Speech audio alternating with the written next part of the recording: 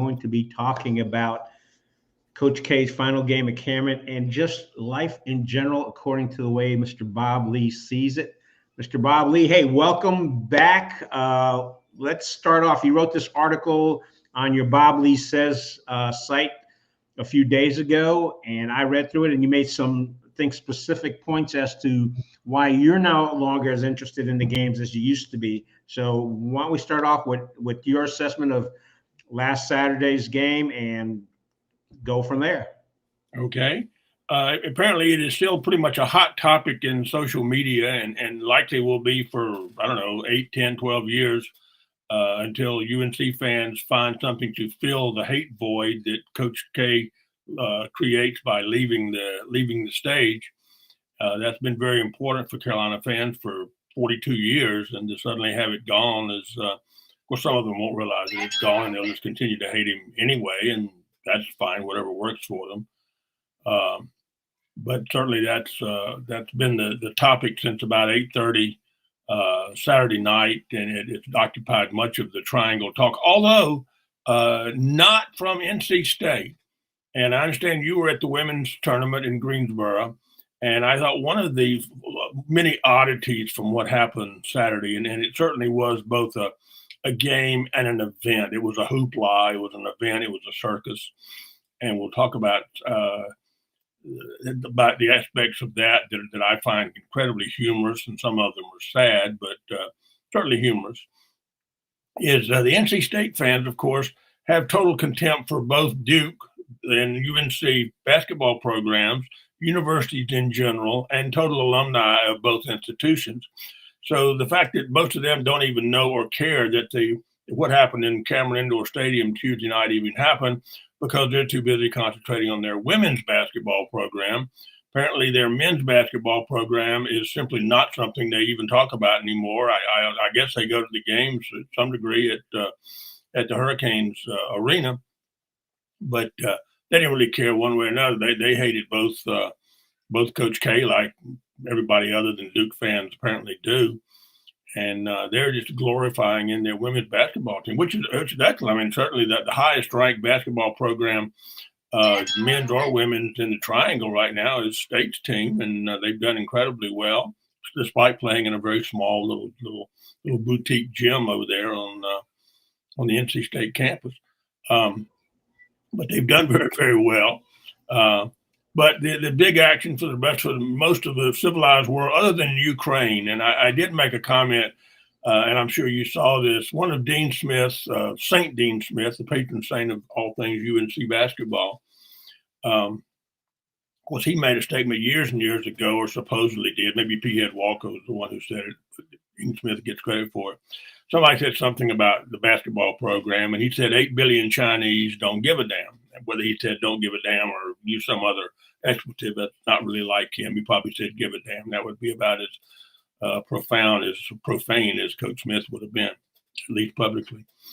8 million Chinese don't give a damn. And I said after the game, the event, the circus, Saturday night in Cameron, that 44 million Ukrainians really didn't give a damn either, because that kind of changed the concept of what a big deal is. To 44 million Ukrainians, a basketball game in West Durham wasn't a particularly big deal to them right now. So everything's relative to who you are.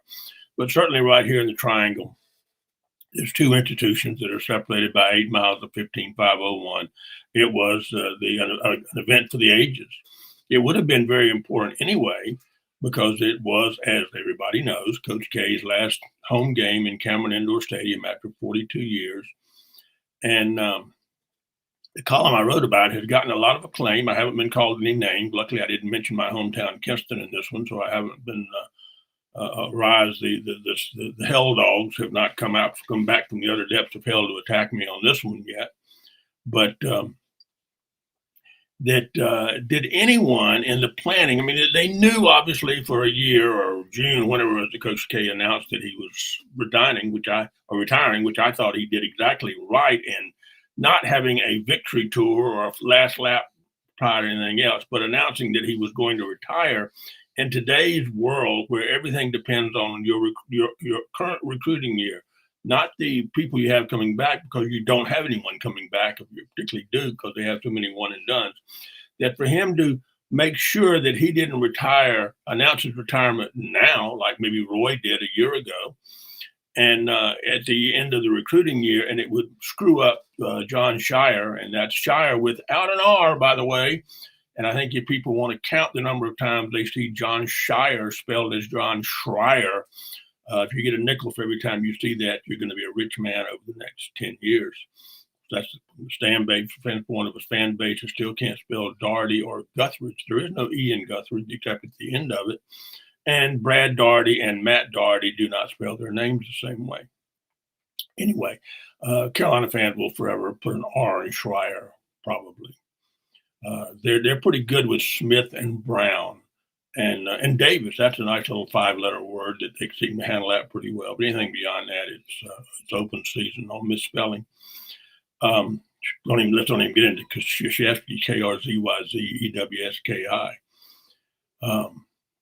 But in the planning from last June until last Saturday night, the Duke people planned this big event, inviting all the former players back, and how we're going to do this, and are we going to have fireworks, and are we're going to have the roof open up, and him being brought up like Lazarus or whatever.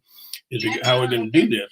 Did anybody in any of those planning meetings ever raise their hand and say, "Excuse me, what do we do if somehow we lose the game?" If anybody said that, some little junior assistant athletic director in charge of whatever would say, no, that's not going to happen. Hush your mouth. We're not going to lose the game. We blew them out a month ago in Dean's Dome, and so we're not going to lose it. That's not even a possibility. Now, where were we again? Okay, do we have fireworks? Do we do this? Do we do that? Do we have a President Nixon call like he did the locker room in Arkansas 40 years ago or whatever? How much hoopla do we put in here? But what do we do? What if we lose the game? We're never going to lose the game. If you ever say that again, we're going to throw it. We're going to run you out of Durham. Somebody probably should have said that and said, well, okay, we'll spend 2 minutes talking about a contingency if somehow, and it's not going to happen, we lose the game. Well, of course they did lose the game. And they didn't lose it to a controversial call by Carl Hess, the ghost of Carl Hess, or Lenny Wirtz, or anyone else. They lost. They were defeated by a team, beat it soundly by whatever, 12 points or 13 points. But in the last 2 minutes of the game, it was no longer in doubt. There was not going to be no 8 points down with 17 seconds to go kind of situation. We kind of knew with about 2 minutes to go, oh my goodness, this isn't turning out the way it was supposed to. And I maintain that pardon me, at 5:45 on Saturday night, absolutely no one on this planet thought that Carolina was going to win the game, because they'd gotten blown out in Dean's Dome. And Hubert planned for it well, and he did win. And Hubert gets nothing but total praise for proving to the world, 4 million people, ever how many they're saying that they watched the game, which probably the most watched game since Elvin Hayes played Lou Alcindor back in 1967 in the Astrodome. Nobody thought Carolina was going to win. It was just going to be, how's Coach K going to do all this, and how many times is he going to drop F-bombs in his final game, and what kind of goofy crap are the crazy's going to do, and whatever that little oddball, goofy little Chinese guy that they kept showing on the camera, who apparently is a Cameron fixture that I don't know my Cameron characters enough to know. I know there's a guy at NC State game that always dresses up like a banana. So I guess the little Chinese guy that was doing all the gyrations is Cameron's view of the guy that dresses up like a banana. But they lost the game. And they knew they were going to lose the game going into the last 2 minutes. It was like, this is I can't believe this. This is just unbelievable. Like Biden at 3:00 in the morning, the day after Election Day. Oh my God, what's just happened? And it was interesting. And I'm kind of scatter shooting around here, and it's all in my current column. If you watch the final few minutes of the game, particularly when the game was actually over, that the 95 former players were kind of in shock. The crazies, of course, were in hysterics. They were crying, just like the Carolina co-eds cried a month earlier in Dean's Dome when it was proven that there is no God, life is not fair. Oh my God, we lost. How can that be? And the Cameron crazy, particularly some of the co-eds that have become permanent memes now, behaving just like undergraduates always do in big rivalry games, whether it's football or basketball. I remember there was one a few years ago when Michigan State, I think, beat Michigan in a last play, blocked a punt or something. And they showed this little Michigan undergraduate just in absolute tears. He was falling apart. He was melting them before our very eyes. He couldn't believe it had happened. And that's the way undergraduates always do. And they caught these little Cameron co-eds and just tears rolling down their faces. Again, just like the Carolina co-eds did a month earlier when Duke blew them out of the Dean's Dome. But anyway, so you've got the former players, Leitner and Sheldon Williams and all these guys, Jay Williams, all these guys that were there, just in shock. I mean, they understand basketball. You win, you lose, but we didn't win or lose this one. And man, how did that happen? And the 9,000 people, almost all of whom, other than ever how many tickets Carolina had, to put football players behind the bench or however they do it now, were in total disbelief. Coach K recognized that this had happened. He was mad, but he was a gentleman with Hubert, and congratulated him, and knew that, now what am I going to say now in this post-game stuff that I've got to do? But he handled it very well, I thought. I know there was some question about a couple of his assistants, and they didn't pay proper homage to Hubert, supposedly, and that upset a lot of the Carolina people. But I noticed that no one in Cameron Crazy yelled "F you, Hubert Davis." So when we talk about crowds and talk about reaction to the rivalry, there was no one in Cameron Indoor Stadium that I know that was going, "Let's go, Hubert," "Let's go, Brandon." They weren't saying that, so let's give them credit for that.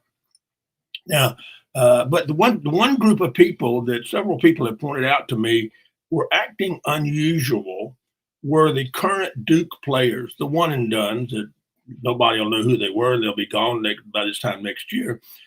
They weren't sitting there on the bench with a towel over their heads, sobbing out of control. Some of them were playing with their phones quickly during the post-game thing. Apparently, they were texting their buddies on the phone. It wasn't the I'll never forget where I was tonight experience for them that apparently it was for everybody else. And you realize they've only been involved in this rivalry, the greatest rivalry in the history of rivalries, for 6 or 7 months. And a month from now, they won't be a part of it anymore. They'll be gone. So why should it affect them like it affected people of my generation who remembered Vic Bubas and Art Heyman and Jeff Mullins and Hack Tyson and Bob Verga and all those who are, and of course the eight point down with 17 seconds to go, and the fight between Larry Brown and Art Heyman and all these other parts of the rivalry. Those players, Pablo, whatever, and those guys, they didn't know anything about that. They just know they lost this game, and they'll be playing again this week, and they'll be playing again next week for whatever, unless they run into Mercer or Loyola or one of these other programs out of nowhere and upsets them as it's happened. Or maybe they'll win the national championship. Of course, if they win the national championship, which conceivable, they put it all together for 5 or 6 games, or 6 games.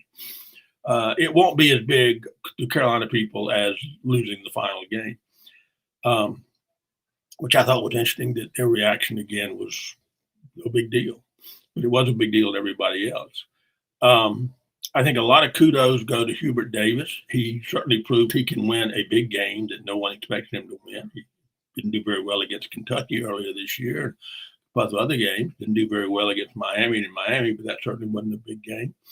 But this was a big game in the most hostile environment that could ever be, and he came in and managed his team in such a way that they outplayed Duke. I won't say totally, they didn't blow them out, but they totally held their own with Duke throughout the game. I mean, they went ahead early. You knew Duke was going to come back. They did. They went ahead by about 6 in the first half. And the key moment to me for what I know about basketball strategy, which isn't much. At the end of the first half, the Carolina kid hit a 3-pointer. It was a 4-point lead. That brought it down to 1-point lead. That was when I first said, this could get interesting. This isn't supposed to be the way it was. Well, it certainly wasn't the way it was a month earlier in Dean Dome. This could get very interesting. And of course, we came back in the second half, and they pretty well dominated the second half and won it convincingly. No key player got 3 fouls early because the referees were on the take. As of course, they always are. If your team loses, the referees are on the take. And Johnny Swafford put the word out that so-and-so team wasn't supposed to win if you're a State fan. But they just played them straight up. It wasn't a buzzer beater at the final buzzer. Did it go in or didn't it go in? Did he cross the line or not? There is no single play that will forever be highlighted as winning the game. It was just they outplayed them. It was pretty obvious. Now, I did bring up something in my column, and people have said they feel the same way. I don't follow ACC basketball anymore on a day-to-day basis or a week-to-week basis. You could have taken the rosters of both teams, dressed them all up exactly alike in practice uniforms, all white, and dress them all alike, all 30 of the players, with the exception of the tall guy with the red hair and the red beard, who I know plays for Carolina. I don't know his name, but he plays for Carolina. I would not know any of the other players, which team they played for. With the exception of that tall kind of mountain man guy with the red beard, they could have gone in at halftime, switched uniforms, come back out, and I wouldn't have known the difference. I just don't know who they are. You could have put names on them, and I wouldn't have known the difference. I know Duke has some guy named Pablo something, or Paolo or something, but and Carolina has the tall guy, Armando something. The rest of them, I don't know. I'm not putting them down. I don't know. I can't name 3 players in the WNBA, so I can't name anybody that plays Manchester United. I mean, there's a lot of things in sports I don't know much about anymore because I just don't care anymore. But I wouldn't have known any of those players. There was nobody like a J.J. Redick, a Tyler Hansbrough, a Christian Laettner, a Grant Hill, a Vince Carter, or Jerry Stackhouse. All these people that have played in these games, these rivalry games over the years, there were none of them there.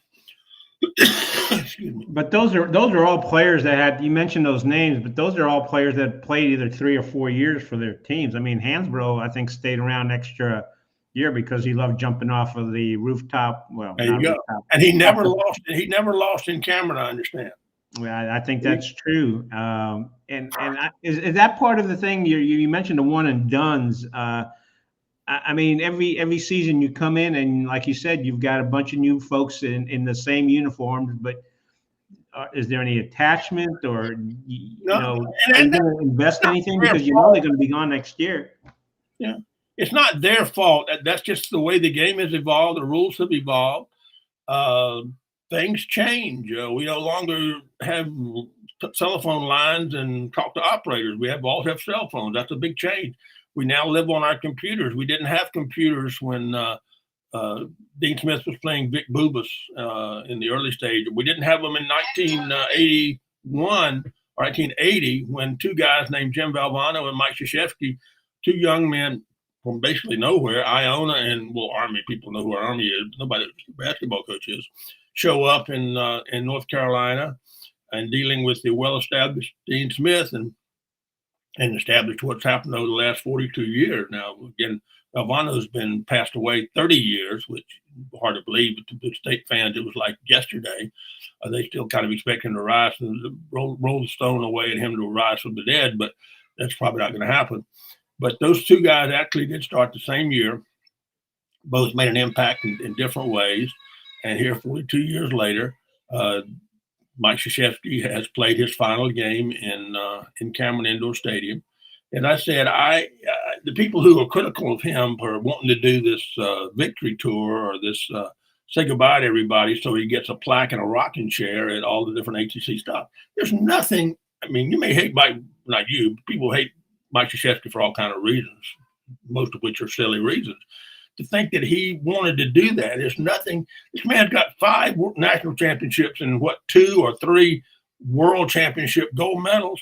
I really don't think he's into plaques and rocking chairs as being important to him, and being honored in Virginia and Virginia Tech and Wake Forest and pretty much everywhere other than the Ding Dome, where his honor was being serenaded by the FU Coach K.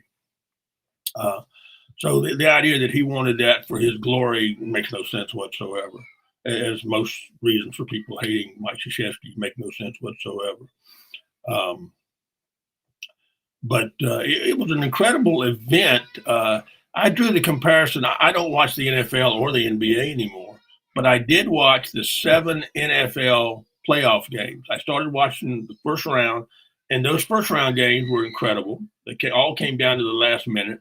And it turned out all 7 of the NFL playoff games came down to the last minute of play, and some fantastic plays by both teams, and coming back, and oh my God, you're up by 10 with a minute to go. It doesn't matter. The other team's gonna figure out a way to do it. All 7 of those games were incredible entertainment. I did not care in any of those games who won. I didn't have a favorite. I don't have a favorite sports team anymore. And I was kind of that way about this one when it started. My wife, who cares much less about sports than I do, came in and said, "Who do we want to win?" And I said, I don't really have, I don't know. It doesn't matter. My life's going to go on. Whatever issues we have, good or bad in our lives, none of that's going to change regardless of who wins. So I enjoyed those 7 NFL games, and I enjoyed this game, particularly as it became interesting that this could be something, this could turn out a way that no one expected. And I've always loved it when things turn out unexpectedly instead of following the script. And yeah, we knew it was going to happen and happen this way. And, the Yankees won the World Series again. No, it didn't happen that way. Nobody predicted this to turn out the way it did. And that's one of the reasons you can enjoy sports, because occasionally what you didn't think was going to happen happened. Somebody comes back on the final Sunday in the Masters and birdies the entire back 9 and comes from 10 strokes back to beat Tiger Woods, or back when he played, or whoever, Johnson or Jordan Spade, or whoever the top guys are now, Bryson, what's his name, Chambro. And some guy birdies all 9 of the back 9 of Augusta. I've never seen that before. I remember when Nicklaus had his famous comeback when he was 45 or whatever, when he last won, and he came out of nowhere and no one expected him to, because back then that was very old. It wouldn't be old now, but and win. And he said, "Well, I saw that. That was a fact." So that was the way this was. I'm not happy or sad because of who won, because really it was just an interesting event that turned out the way no one expected it to turn out. And I've told you before off camera that what gets me about sports now is that it's driven by hatred rather than by love of my team. Love of my team, I'm all for that. But it's when you're driven by hatred. A guy write me today said, "If I can't hate another my rival's basketball coach, what's the point of all this?" And I said, "Well, you've got a problem now with him gone. What's going to fill your hate void?" And I said, "I don't mean to be holier than thou, because I hate treble hooks on fishing lures. I really do. I truly hate treble hooks on fishing lures. I hate knots. And if you're going to fish, you have to tie knots. And I have a bit of a vision problem, a depth perception problem. So me tying knots in fishing line, particularly monofilament line, is very difficult. And I sometimes lose my temper, which is very immature. So I'm not saying, well, I don't hate everything. I'm a kumbaya guy. No, I hate treble hooks. Other people hate Mike Krzyzewski. What are they going to do with him gone? I don't know. Some of them may just continue to hate him. Or like take up fishing. There, Brother Galen. Well, I was going to say, when I'm taking pictures, I have a different perspective. I don't hate any coaches, what I'm looking for in a game is I want to become familiar enough with the players where I know where I need to be to get the best action shot of that player being the best he or she can be. So I'm kind of like you. I also watch the playoff games in the NFL, and I watched the Super Bowl game. And like you, I didn't particularly care who won. I just wanted to see a good game with individual achievements that led towards the end. And I also enjoy on a personal note, when at the end of the games, when they interview some of the players go, all the glory to God, and say, hey, I'm a believer, and I know there's people's heads exploding over that. And it's kind of like, well, why would you feel uncomfortable with them saying that if that's what they believe? Right. Well, I mean, unless it's Tim Tebow and they hate him because he's a Christian. He's Right. the only Christian athlete, so everybody hates him. Or the people who hate Christian athletes, Tim Tebow is their Mike Krzyzewski. No matter what he does, they're going to hate him. I don't know. That gets into a lot of other issues about what's happening to our society. And somewhere in Revelations, I think hating Mike Krzyzewski is in Revelations chapter 9 or 10, I forget which, that's going to be a sign. The retirement of Mike Krzyzewski happened right before the four horsemen of the apocalypse and the raining of blood and rivers of blood and raining frogs. I think that depends on which version of the Bible you read. Oh, yeah. It may not be in the King James version. Right. Exactly. But it was, I allow the Carolina fans, not that I have anything to say about it, but I allow them to do their thing now. Now, the other thing, and this is true of all fan bases everywhere. One, every fan base has a lunatic fringe. Ever how big they are has to do, but every fan base has a lunatic fringe that they can be adults, that they have no age. I do think the lunatic fringe should all be neutered so that you're not allowed to breed, but in some cases it's too late for that. They certainly should not be allowed to vote. But the lunatic fringe that just blames everything on the referee. Anytime they lose, it's the referee's fault or Johnny Schwaffer's fault or somebody's fault because their team lost. But their team, they never lose. If Hubert Davis got stomped by Duke a month ago in Ding Dong, we did not lose to Duke in the Ding Dong. We won at Cameron. So we beat Ratface in Cameron. But Hubert and his team lost embarrassingly to Ratface in the Ding Dong, and that's so typical of fan bases. If Hubert, who everybody loves now, and rightfully so, if he'd gotten blown out Saturday night, as many people thought he would, they would be cussing Bubba Cunningham right now for not choosing Wes Miller or not choosing Steve Kerr or Pat Riley or whoever was on the short list among the lunatic fringe. But now he won, and everybody says, well, great, we've got this guy who is a legitimately nice guy. I've been around him just a little bit to say that he is a legitimately nice guy, and I have no reason. I kind of like him better than I like Roy. Roy's act got old to me, and I'm probably not being fair to him, but his act, the old Roy, Chuck's old Roy stuff kind of got old with me, but certainly deserves to be in the Hall of Fame. But I think this was great for Hubert. I have said prior to this game for the all season, whatever Hubert does this year really didn't matter. It matters when Shire without the R is sitting on the other side on the Duke team. That's when they're going to start comparing. What's his record against Shire? Because his record against Coach K is going to be 1-1 forever and ever. Right. Unless they play this week or play later in March. But this will be on Hubert's curriculum vitae resume. It'll be in his obituary. He won 5 national championships, blah, blah, blah, whatever he does. He wins 800, 900 games, and he beat Coach K in his final game in Cameron Indoor Stadium. It's forever there. By the way, here's a question for you. Coach K has won, 1,200 games, something like that, close to 1,200 games. Yep. It's a couple of 150 games ahead of whoever is still out there. But if you had to bet right now on somebody living, of course, the ones that are dead can't add to their totals, who could catch Coach K, do you know who it could be? No, I don't. Huggy Bear. Really? Okay. Because he became a head coach when he was 27 at Wagner College. And the only way you get those high totals, because you're not going to win 30 games a year. I mean, John Wooden did, but that was a 5 or 6 year period. You have to start early building it up. And then, but Huggy Bear has already passed Roy. Huggins was at Cincinnati for a long time, and then he went to Kansas State. Now he's been back at his alma mater, West Virginia, and he'll probably stay there as long as he wants to. And he wins 20, 25 games a year. I think he'd been to the Final Four a couple of times when he was with K-State, maybe with Cincinnati. So he's right under the radar. People don't like him because he's been accused. He's had issues with recruiting and running a dirty operation and stuff. So people hate him because he's Huggy Bear, kind of like they hate pretty much every other coach other than their own. But Huggy Bear could conceivably beat past Coach K if he continues for another 6 or 7 years. Excuse me, 4 or 5 years, maybe at 20 wins a year. That's another 100. I don't know how many he's behind, but if you look on the list, he is in the top 7 or 8 already, and just keep adding 20, 25 games a year. And how long before he could catch him?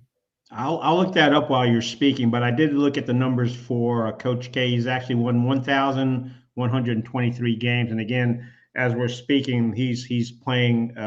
They're playing Syracuse right now in the ACC tournament, so it might turn out to be 1,124 games by the time we finish. All right, now you mentioned Syracuse. I did not watch the game live, but I have seen the replay. Your thoughts on Boeheim Boy?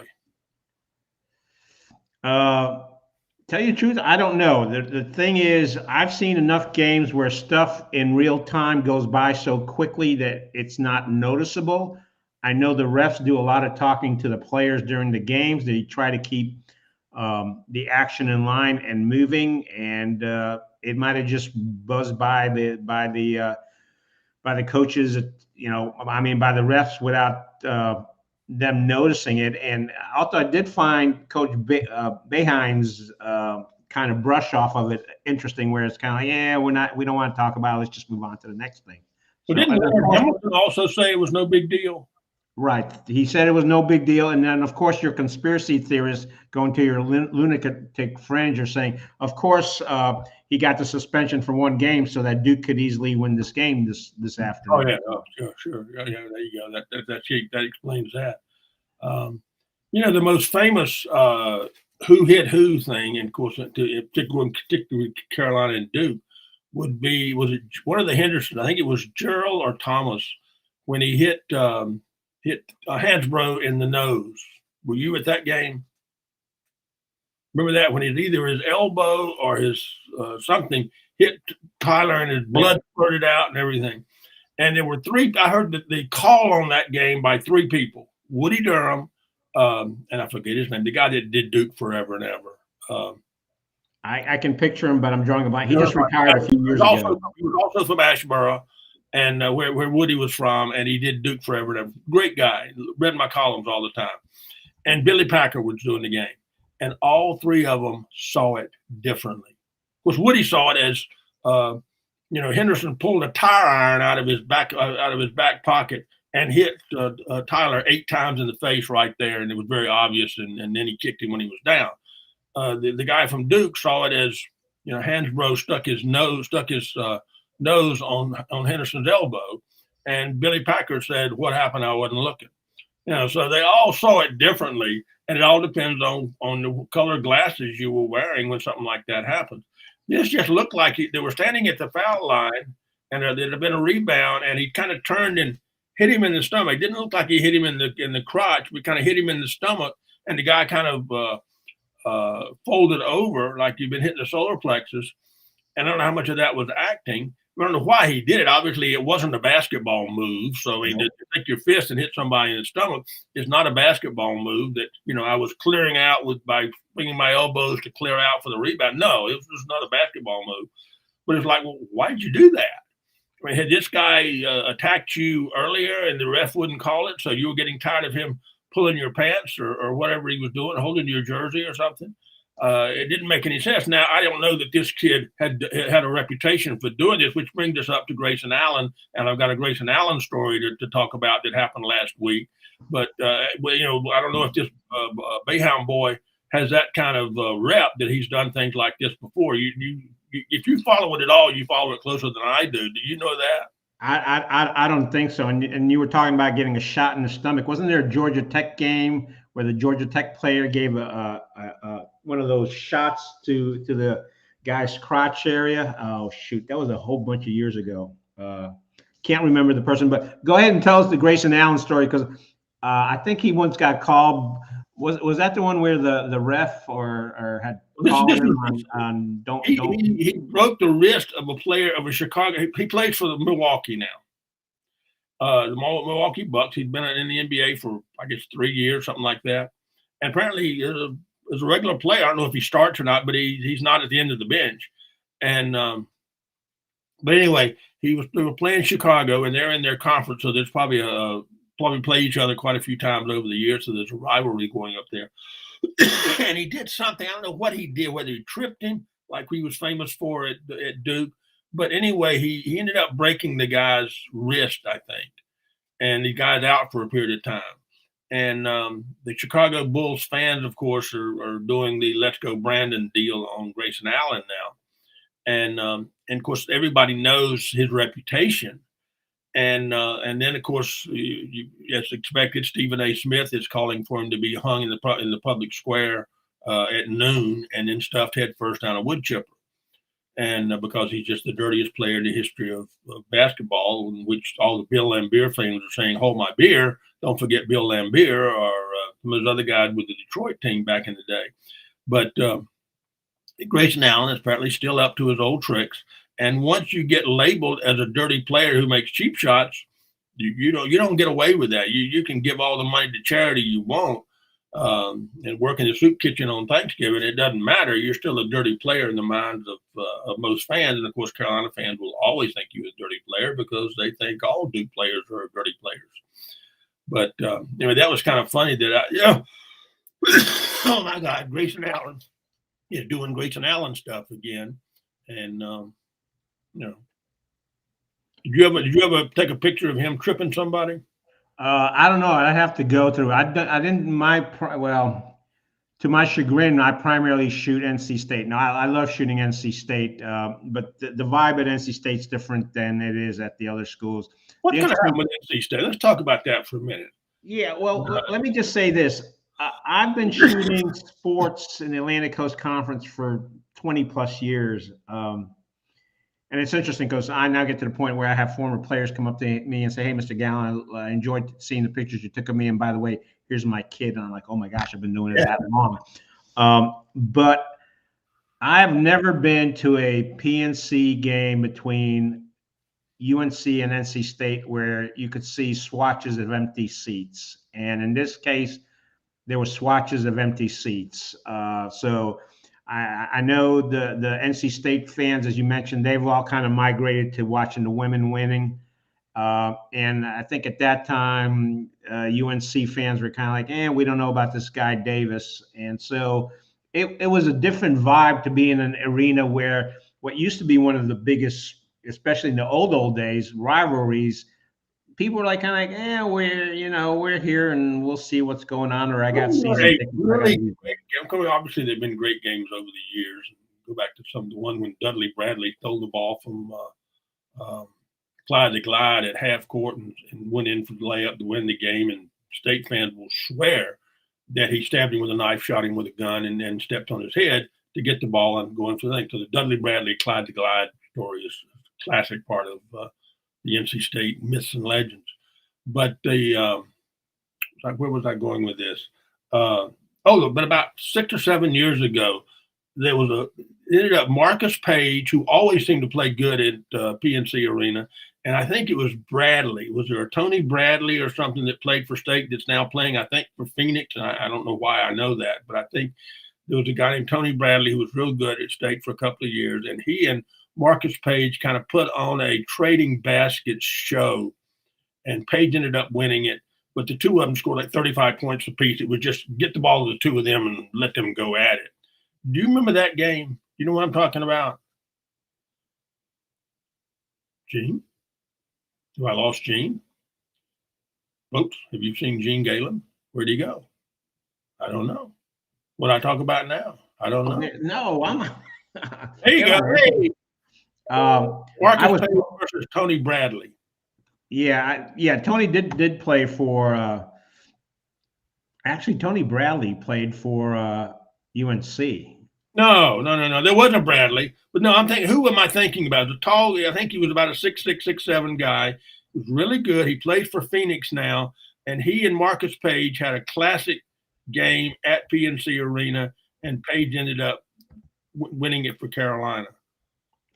And it was just one of these games where neither one of them could miss. But you're right. There was a Tony Bradley who played for 1 year with Carolina and left. But this is somebody else. And it's obviously not Bradley, but it's something like that.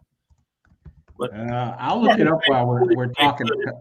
I can't remember. Okay, make it up. What the heck? But Marcus Page seemed to always play well over there. And Roy kind of had State's number for, I think he only lost 1 or 2 to him. It was a big deal to Roy. He got up for playing NC State. But I don't know what NC State's going to do now. As I said, believe it or not, it's been over 30 years, since Jimmy was a coach, and he died in 92, I think, 91, 92. So really he's been dead for 30 years now. It was T.J. Warren. Okay. Somebody, you got a prompter there. You got a producer who's feeding you stuff. No, I'm doing it myself. But he and Marcus Page had a great shootout one time over there. Yeah, it was late basket that won it for him. So. Yeah, but the Warren, okay. Well, what I'm hearing right now from internally, and I think Boo Corrigan is externally expressing this, is basically Coach Keats has 1 year. He's got to draw on the portal. He's got to draw on people coming in. He's got to see on who's returning. And that's all fluid because from my understanding, from listening to the sports writers talk, again, the transfer portal, there's not a whole bunch of restrictions on it. So if I'm dissatisfied with my playing time this game and my next game's coming up in a few days, I could actually go out and transfer before that next game. Sure. Yeah. So he's got at least 1 more year. Didn't he lose a big man before the season started? He had one big man that was a good rebounder, and he broke a foot or something and missed the whole season, and that really made a difference. Yes, it did, and he sat on the bench the entire time. And it was interesting during senior day. They did announce him but he did not get State gives folks their shirt with their number in a frame, and he did not receive one. So the question is he going to opt out or is he going to stay around for another year? So there's a whole bunch of questions about the NC State basketball. I think a lot. Again, they're going to have to do something. Again, listening to the sports writers, because when you go into PNC Arena and you've got all those empty seats, that's lost revenue. Although I think one of the things you and I have talked about is the fact that most college conferences now cater more to television than they do to the people actually in the seats. Sure. Well, I don't know. I mean, I know that they had a proud tradition, certainly, with David Thompson and Everett Case and Jimmy V and Albuquerque and Cinderella. They had a great tradition they should be proud of. In any other area, they would be certainly the top tradition in this conference. Well, here they're third at best. If you going back over the years, I mean, I don't know. Maryland's won 1 championship. I don't know if anybody. Of course, Virginia's won 1 recently. But I mean, if you rank the tradition of the programs, would anybody other than State fans put State third? I don't know. I mean, I don't know how you draft number of wins or number of times in the Final Four or whatever. But certainly a lot of State fans are forced to live in the past because they just really, going back to who did Sidney Lowe replace? Sidney Lowe, and then it was Sendak, and then there was it was Godfrey. Godfrey came in after Godfrey was in there. And he was a big mess too, and I think he's some of the stuff he did was what got NC State in trouble. Oh, sure.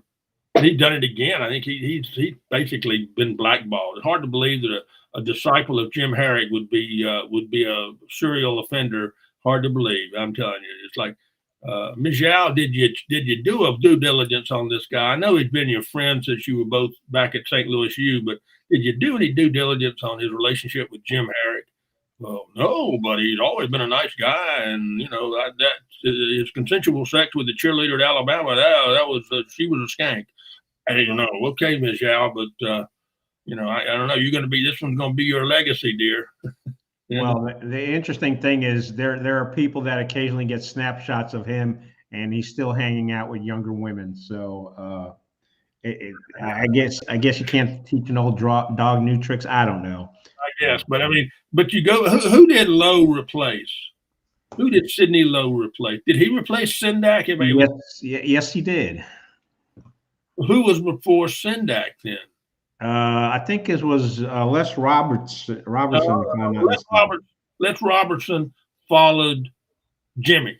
Yep. Brought him in because he was clean and everything, and they brought him in, and he couldn't recruit. I mean, they wouldn't let him recruit. I mean, he wasn't severely restricted. And then who followed him? We need to get call-in listeners here. Who followed Les Robertson?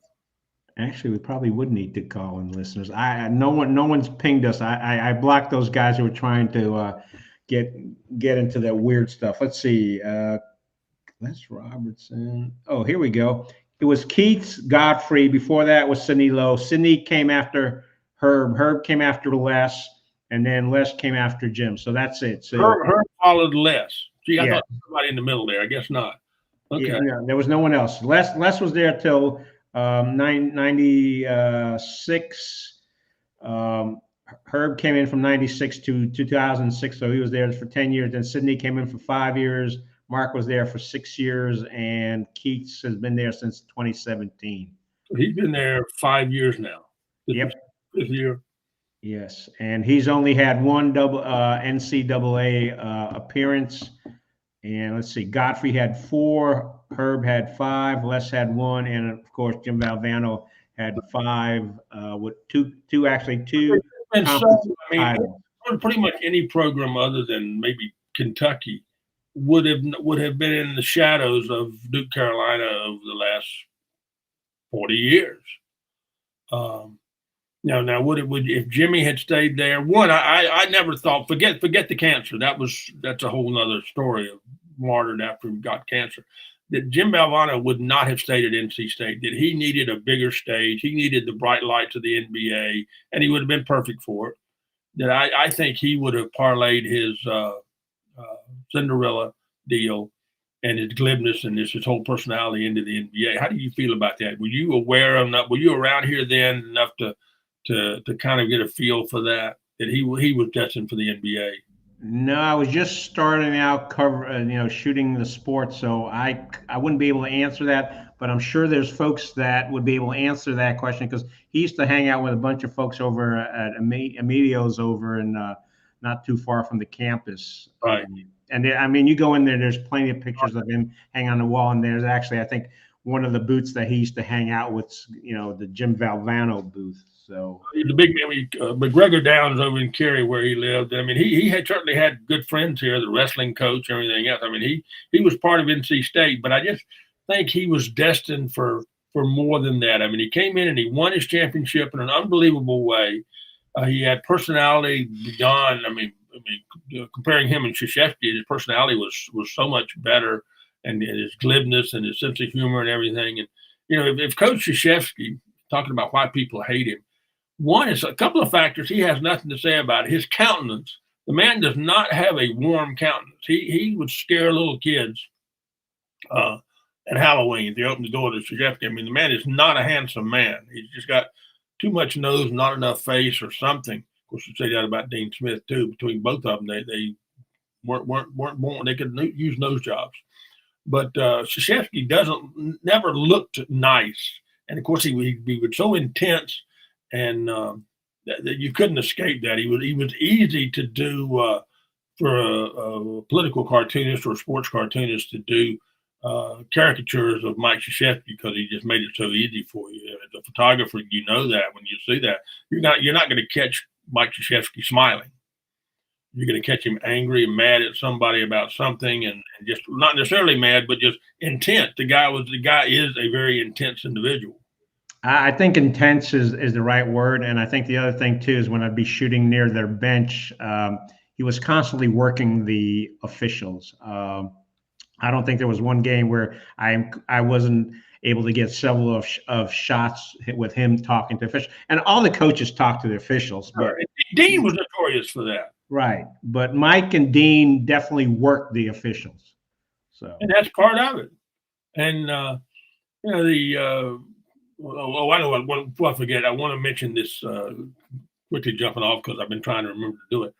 In the news today, Tyler Hansbrough, wherever he is over in China, chimed in that he thought it was overdone that they would honor Coach K while he's still alive.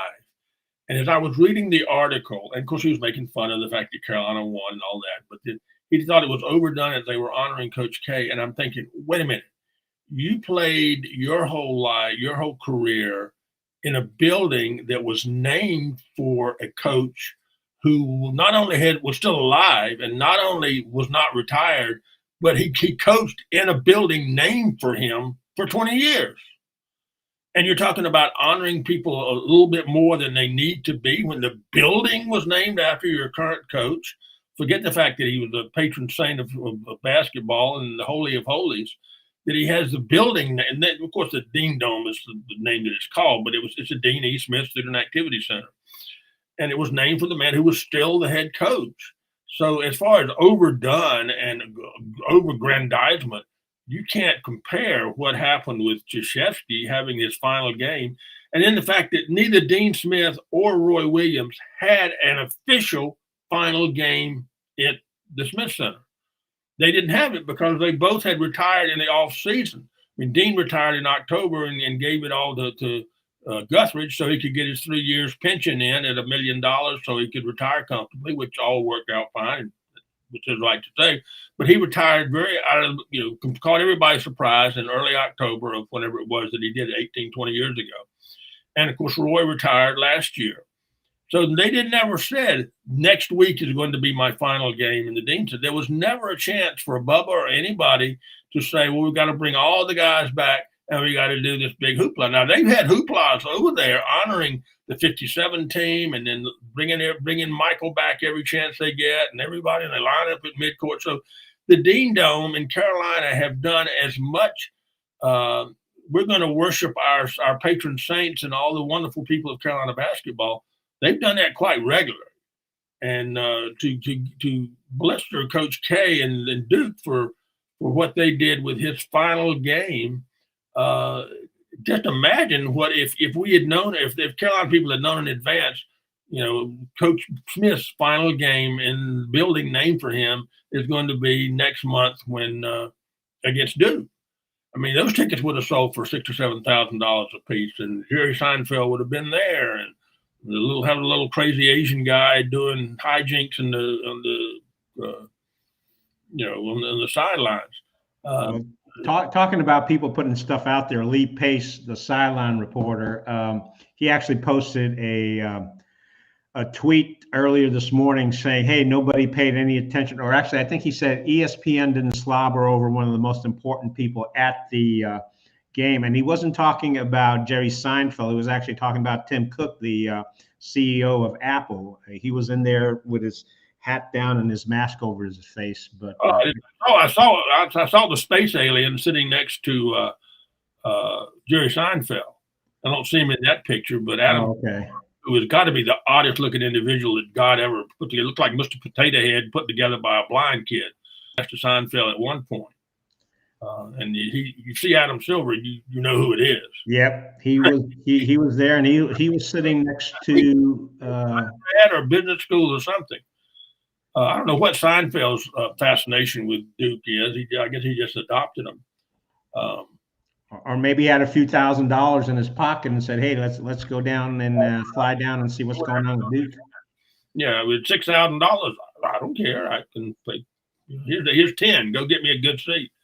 But I didn't think it was overdone. And had Duke won it by 12 points, no one would be saying anything. I mean, it happened. They won like they were supposed to. They said goodbye, and Coach K, cried or whatever he would have done, and that would have been it. And what screwed it up was the one thing that was never going to happen. We lost the game. Oh my God! Now we've got to come back after this commercial and have all these people talk about how wonderful Coach K has been and how all the great memories and somebody was upset. Somebody was giving Duke a hard time because they turned the scoreboard off. They're blowing the fuse. I noticed they turned the scoreboard off before that post-game stuff. And I said, wait a minute. If you'd been the Duke AD, wouldn't you have turned off the scoreboard that's sitting there in the background that says your team just lost? Sure, you would have. That's not that unusual. I see more schools doing that. And I also see that at a high school level as well. And I think a lot of times you see it on a high school level when it's a blowout game. And even if it's the home team that's won and they just blew out the other team, they'll just turn off the scoreboard. Yeah, they unhook it and put the keyboards away, and it's part of the process. But of course, everything is magnified when it's Duke and Carolina. So, those Duke people, those Dukies, they wanted to unplug the scoreboard. I told one guy that wrote me, and it was a typical Carolina. I hate Coach K, and the happiest moment of my life was seeing them get beat and stuff. And I said, Bud, you're the kind of fan that made me not be a fan anymore. And I said, I know there's a lot more of you out there than there are of me, and I get it. And that's what made me think I'm just going to fish, listen to books, and play with my grandchildren. I'm not going to get all involved in this stuff when people like you, I don't mean you, but this guy that I was having discussion with online about how much he hated Coach K. And why don't we do this? We got about 5 minutes left here. You mentioned fishing. I know a few weeks ago you were saying you were going to take off and you were going to go fishing. You mentioned you hated tribble hooks. Yep. How's the fishing? Where you don't have to give us specific spots, but where do you like to go fishing, and what do you like to fish for? I hired a guide on the James River, which is what runs through Richmond, runs from Richmond down to Chesapeake Bay. And I hired a guide named Big John Garland. He has been a catfish guide on the James River for 30 years. Great guy. And I caught a 37-pound blue catfish on the James River. And I've got a picture of it. If I'd known you were going to ask, I'd have had the picture up. But anyway, that was great. And I'm kind of on a quest for bucket list of specific species. And bass fishing is what I do pretty much every day. And a private 7-acre lake here in my area, my neighborhood of North Raleigh that I go to. But I wanted to catch a big catfish, and 36 pounds is enough. It's a big one. They get much bigger than that, but that was big. And then I went down to Louisiana back in November and went for redfish, which we call puppy drum in this area, but they call redfish. And I caught a 28-pound redfish and a 30-pound black drum. And so that's my bucket list for those things. Now, I just booked earlier this week with a guide that I've used before. I'm going out on Lake Jordan Lake, I think the way they pronounce it, here in Raleigh in April 13th. And we're going after big bass. I'm talking about 5 pounds and bigger. And one of my bucket list things, if people are fishermen, they'll understand this. I want to catch a 5-pound or bigger bass on what they call a topwater frog. That's a bait that you pull along the top of the water, the fish comes up and grabs it. It's just an incredible experience. I mean, when you catch a big fish, it's a big experience anyway. But catfish are on the bottom of the river, and you just haul them up like trying to pull a refrigerator up out of the bottom of the river. But it's to catch a bass on a topwater frog where he just comes and just jumps on top of it is just a thrill. And this guy said, we can do that. I know where to go. And I've known him, so I know that he's true. Then in May 18th, I'm going to Madison, Wisconsin, and I'm going after walleye, northern pike, and a muskie. I've got a guy who catches muskie, and muskie they get 100 pounds or more, and they're like 6 feet long. They're shaped like torpedoes. And I want to catch one of that and have that on my bucket list. For me, fishing is experience. I don't eat the fish. I catch them, I take a picture of them, and I release them in about a 5-minute period. And so I don't. One of the reasons I don't hunt is hunting, you kill things and it's dead, and then what do you do with it? So I killed it. Well, I don't kill the fish. I put them back in and say, I'll catch you again next month when you're 5 pounds heavier. But I love it. It's filled a void from when I stopped following sports on a regular basis. I'm checking the box scores. We talk about baseball. I think baseball is, there you go. There's a muskie. That's a muskie. Hot almighty, you're a good man. I'm going to catch something like that in 2 months from now on Lake Monona outside of, in the middle of Madison, Wisconsin. my guide Noah, and there's a pike. A northern pike looks a little bit like that, but they're about half that size. And then walleye in Wisconsin, Minnesota, Michigan, walleye are what we would call bass. They're not the same fish, but where we catch bass here, they catch walleye up there with the same kind of way that we catch bass down here. And I'm looking forward to that. I mean, I find when you use a guide, they know what they're doing. It costs you $400 or $500, so I don't do it every week. But it's kind of my thing now. I don't want to buy a boat. I'd rather spend the money, $400 or $500 on a guide, and go out and know we're going to catch fish because this guy knows what he's doing. He's got all the electronics, the fish finder. My guy at Jordan Lake has a $100,000 tricked out bass boat, just like the bass professionals have. He has everything that the professionals have when they are in these tournaments. So he can see the fish and you cast it right over there, not there, right there, and you're going to catch it. I mean, it's not catching fish in the barrel, but he knows where the fish are, and it's about as sure as it can be. But you still have to bring it in and play it and everything else. I love it, and there's a lot of people say, do you care whether you catch anything or not? Yeah, I'd rather catch something, but even if I don't, like I went out this morning and it was like 42, 43 degrees, and I was there for about 10 minutes. I said, "No, too cold. I don't need to be here." Okay, I'm not. I'm going home. And just 6 minutes later, I was home. So pretty well do it when I want to. I'll probably go later on this afternoon. But yeah, I enjoy it too. Actually, when we go to the beach for vacation, I will take an evening or two and just go out to the. We usually go out to Atlantic Beach, and I'll go out to the pier, and for a couple of hours. Yes, I do like to catch fish, but there's that chance to be by yourself, and it's quiet. And my boys will come out. My daughter will come out. They'll do a little bit, cast a few times, and then go back and hang with their cousins. But I just like to be out there. And my wife's like, "Okay." Here's a real fisherman. Can you go into Bass Pro Shop and not spend $50? I can't do it. I go in looking for a swivel, $3 pack of swivels. By God, I'll come out with $50 worth of worms and everything else that I do. Well, maybe this is maybe I need this color bait and stuff. And yeah, I was going to say, I'm laughing because you're right. You walk in and then and then you come home and your wife's like, "Well, what'd you buy?" "Oh, nothing, honey." And you kind of just put it in your tackle box. Right. I mean, I love it. And I don't mind. And, it's my one hobby. I'm not going to spend $1,000 on a bass, or actually $100,000 on a bass boat or a kayak or anything. I'm not going to do that because the hassle involved in putting those in the water and carrying them around, and plus the danger factor of falling out of them and stuff. I don't want to do that. So for me to go bank fishing at my private pond and different other places around Raleigh, and then about 4 or 5 times a year, pick a place I want to go and hire a guide and know I've got a real good chance of catching fish today because this guy knows what he's doing. I recommend that to anybody. And when I'm fishing, I'm not thinking about politics. I'm not thinking about the end of the world. I'm not thinking about, finances or anything else. I'm just here wondering, is this the cast where I'm going to catch that 5-pound fish or that 10-pound fish? Is this the cast? Boom, all of a sudden he hits, and wow, for the next 5 minutes, you've got this great battle of Ernest Hemingway, the old man in the sea kind of thing. It's great. I love it. Yep.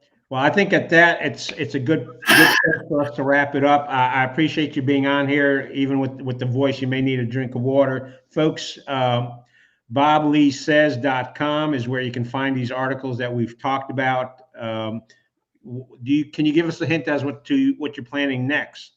I'm going to do a books I've been reading column. I haven't told people. People know I'm a big audiobooks fan. I'm always listening to audiobooks. In fact, I'm not listening to one, but I have my Bluetooth here. Right. Have you listened to Solzhenitsyn's Gulag Archipelago yet? Oh goodness, no. I read Mitch Rapp kind of stuff. Brad Thor. I read thrillers. I also read what I call Indiana Jones books, where people are looking for Atlantis or the pyramids and different things. Things are like an Indiana Jones type of book. There are a lot of those kind of characters. What was her name? Angelina Jolie. What was the character she played? Tomb Raider. Yeah, Tomb Raider. I like that kind of stuff. Mostly fiction. I do Louis L'Amour. I read Westerns sometimes. But I've read over 1,600 audiobooks through audible.com. And I can't sit down and read a printed book anymore. it seemed like I needed to be doing something else, and that's why I love Audible books. But I realize some people like to hold a book, and I appreciate that. I've gotten the same way, especially when I've got a road trip or, between, if I'm going, like, for example, going to the ACC women's tournament between here and Greensboro, that's what I had on the radio. The other thing too, folks, if you go to facebook.com, just look for BobLee NC, and you will see posts out there. And as always, Mr. BobLee, thank you very much. We may come back in a couple of weeks after the men's tournament gets underway. We'll see how the women's NC State team is doing, and we'll see what else is going to happen, because right to the top 5 now. Top 5 what? Women's thing. Yes, they are, I think, in the top 4, so they are going to be a number 1 seed. So I guess the first 2 games, the women will get to play in their home arena at Reynolds. Now, will they play in the little boutique arena, or will they play in PNC? No, they changed that a few years ago. They no longer play in the big arenas. They start the first 2 rounds at the top seeded home. So you're getting the NC State fans upset by referring to it as a little boutique arena. I love it. I think it's a great place to play. I think they did a wonderful job, and that is Debbie Yao's legacy. They did a great job with that. Well, I'm gonna toss this little bit in there for Chatham County. Chatham County's got 2 schools that are playing in the state basketball championships this weekend. Both teams are playing at Reynolds Coliseum. The 1A school is Chatham Charter out of Siler City, and the 3A school is the Northwood Charger girls, who are playing out of Pittsburgh. And I've been telling everybody, the tickets are $15. You could pay $15 and come in at 11 o'clock and watch all 4 championship games, or you can come in and see the Chatham Charter game and then the Northwood game for $15. But that is, if you've been to the old Reynolds and you've never been to the new one, it's definitely worth going out to see. Really is. They did a good job. Now, I haven't seen Carmichael since they kind of revamped that a little bit, but the Valvano Reynolds Center, Valvano Court, whatever they call it, they did an excellent job with that. The concourses with all the history and different things, did really a tremendous job. Right, and they did a nice job to get the seating perfect. There's really I haven't found any bad seats in there, and the way they've made it smaller, it still feels large, but you're even your highest seat, you don't feel like you need oxygen up there to watch the game. And do they fill it for every game now? They have this season. I think there's only a few games at the very beginning where it was empty, but pretty much, especially the Carolina game, that place was packed. And then the last few games leading up to the ACC championship, it's a convenient place to get to. You don't have to pay for parking because you park at the parking deck. So all you do is park at the parking deck, come in with your ticket, and you get to watch. I don't follow competition. My fans know that I'm notorious for not following girls basketball. But I know the state's done real well. I know Carolina's done well this year. It took her a year or so to kind of get going. The lady that replaced Sylvia Hatchell. Yep. But 7 or 8, 10 years ago, Duke was the power. When they had Gail Gutekunst, and then somebody replaced her, but they were kind of the power. Now the other 2 programs have passed Duke. Duke has kind of dropped down their women's program, and the state's obviously number 1. But the Carolina coach is coming up now. She won 20-some games, I think, this year. Yes, she did, and they played fairly well in the ACC tournament. They could have won it, but they kind of let it get away from them at the end. Do they have a transfer portal and NIL too? I think they do, don't they? Actually, they do, because I know one of the state players mentioned that they got to eat at Emilio's as one of their NIL benefits. So they do have it, but again, I don't think it's at as large size as the men's side. And the other thing we can talk about is, I think the NCAA is pushing more for equity among the women and men's basketball, but we can talk about equity and how that works out in a commercial world and with TV rights and everything else on our next Have you contributed to the Save Brittany Griner Foundation to get Brittany Griner out of the gulag in Siberia? No, I haven't. What I'm talking about? No, should I feel ashamed for not knowing what you're talking about? No, Brittany Griner is this 6'9" or 6'10" girl that played at Baylor. Now she's in WNBA, and she would have been playing in Russia, and she tried to get out of Russia about 3 weeks ago, and they caught her with marijuana. Oh, okay. You don't do that in Russia. And so no, you don't. she's in jail in Russia, and they can't get her out. It's like, well, she did it. She shouldn't have had the drugs there. Oh, they should send the SEAL team in to get her and stuff. Like, she broke the law, for goodness sakes. Oh, but she played in the WNBA. Yeah, okay, fine, whatever. But anyway, and she's also on record as saying they shouldn't play the Star Spangled Banner. She hates America, and now she wants America to get her out of the gulag in Russia, where she's in for life for having 2 grams of marijuana in her luggage. Anyway, it's interesting. With that, we've got to say bye, folks. This will be available on both Facebook and on YouTube. We'll get that information out for you. Mr. BobLee, as always, thank you. Go take care of your throat and enjoy your fishing if you manage to go out there this afternoon. Appreciate it. Anytime. All right. We're going to